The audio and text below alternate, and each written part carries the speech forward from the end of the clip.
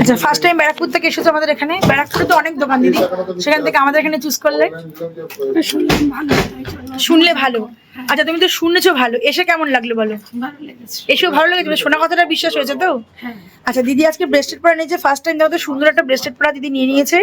এটা কিন্তু ওয়েট চলে গেছে 1 গ্রাম 70 মিলি। দেখো 1 গ্রাম 70 মিলি ফুল কভারেজ, এত সুন্দর একটা ব্রেসলেট পরা, 916 হলমার্ক।